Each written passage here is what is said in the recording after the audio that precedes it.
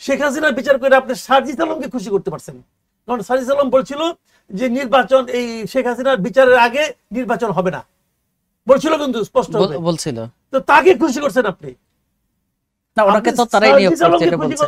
হ্যাঁ, উনি আপনার নিয়োগকর্তা হতে পারে, তাহলে আমরা বাদ বাকি দেশবাসী কি গাঙ্গের জলে ভাইসে আসছি? তাহলে আপনি জানেন সার্জিস আলমের ই করেন যে চামচামি করেন।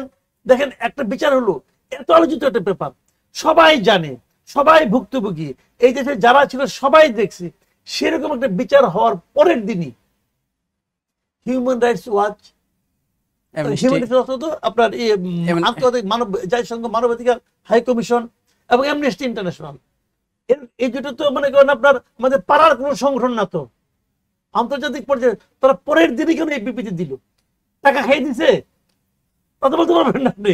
তো টাকা খাইয়ে দিলে তো হাসিনার বলে তো অনেক বিবৃতি দিছে হাসিনার বিরুদ্ধে, তো ওগুলো কি টাকা খেয়েছিল? এগুলো কি টাকা খাওয়া প্রতিষ্ঠান?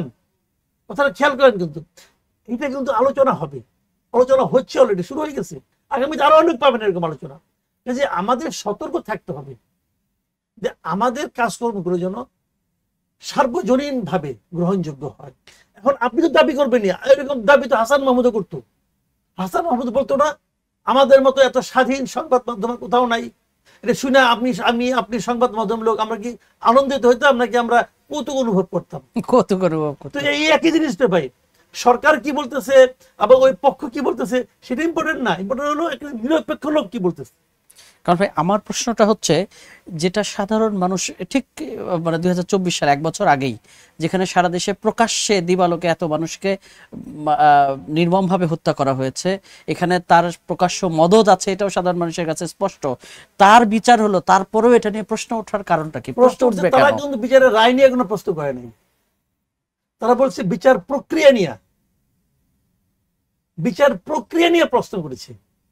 এই জিনিসটা আপনাকে মাথায় রাখতে হবে। বিচার প্রক্রিয়াটা কি যথাযথ ছিল? বিচার প্রক্রিয়ার মধ্যে কি অতিরিক্ত তাড়াহুড়া হয় নাই?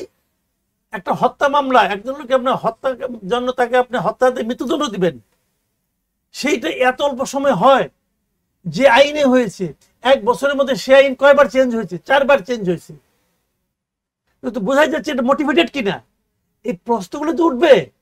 অথবা যে আইনে তাকে বিচার দেওয়া হয়েছে, যখন আইনে একটা সহজ জিনিস আছে, কিন্তু অপরাধটা যখন ঘটবে সেই সময়ের আইনে তাকে বিচার করতে হয়।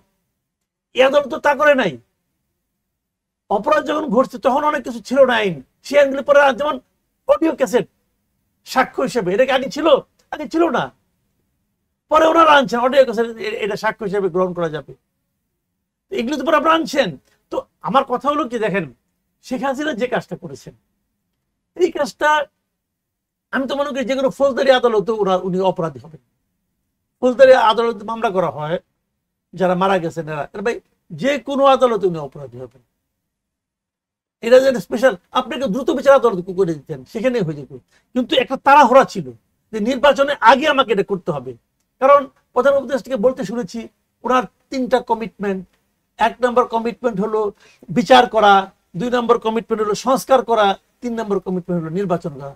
আমি যদি ওনাকে জিজ্ঞাসা করি এই কমিটমেন্ট গুলো আপনি কোথায় পাইছেন ভাই? এই আন্দোলনের সময় আমরা দেশে ছিলাম, আপনি ছিলেন না, আপনি ফ্রান্সে ছিলেন, আমি মাসুদ কামাল দেশে ছিলাম, আমরা জানি এই কমিটমেন্ট গুলো কে আপনার মধ্যে ঢুকাইছে। কমিটমেন্ট এই দাবিগুলো কি ছিল? তারা আমরা পতন চেয়েছি, দাবি 1 দফা, 9 দফা থেকে 1 দফায় আসছে, পতন চেয়েছি। তারপর আপনি এই কমিটমেন্ট কোথায় পেলেন? সংস্কারের কথাটা কে উচ্চারণ করছিল?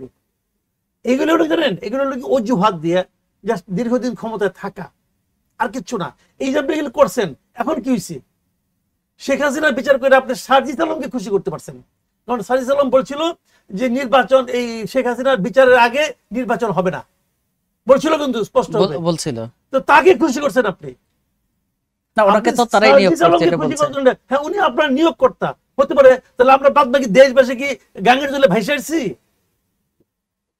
তাহলে আপনি জানেন সার্জিস আলমের ই করেন যে চামচামি করেন, আমরা কি তাহলে মাঝখান থেকে কি হইলো? আপনাদের সারা দুনিয়ার কাছে এটা নিয়ে যে এই যে আলোচনাগুলো হইলো, এই আলোচনাগুলো কোনো মূল্য নাই। আমাদের তাজুল ইসলাম সাহেব চিফ প্রসিকিউটর উনি কি বললেন, অথবা শেখ হাসিনার যিনি ছিলেন মানে আপনার এই যে উকিল ছিলেন উনি কি বললেন, আর হিউম্যান রাইটস ওয়াচ কি বললো? হিউম্যান রাইটস বারবার ভুল বলতেছি, মানে জাতিসংঘ amnesty- মানবাধিকার কমিশনের কি বললো এবং অ্যামনেস্টি ইন্টারন্যাশনাল কি বললো, যদি তুলনা করা হয় দুনিয়ার মানুষের কাছে কোনটা গুরুত্ব পাবে?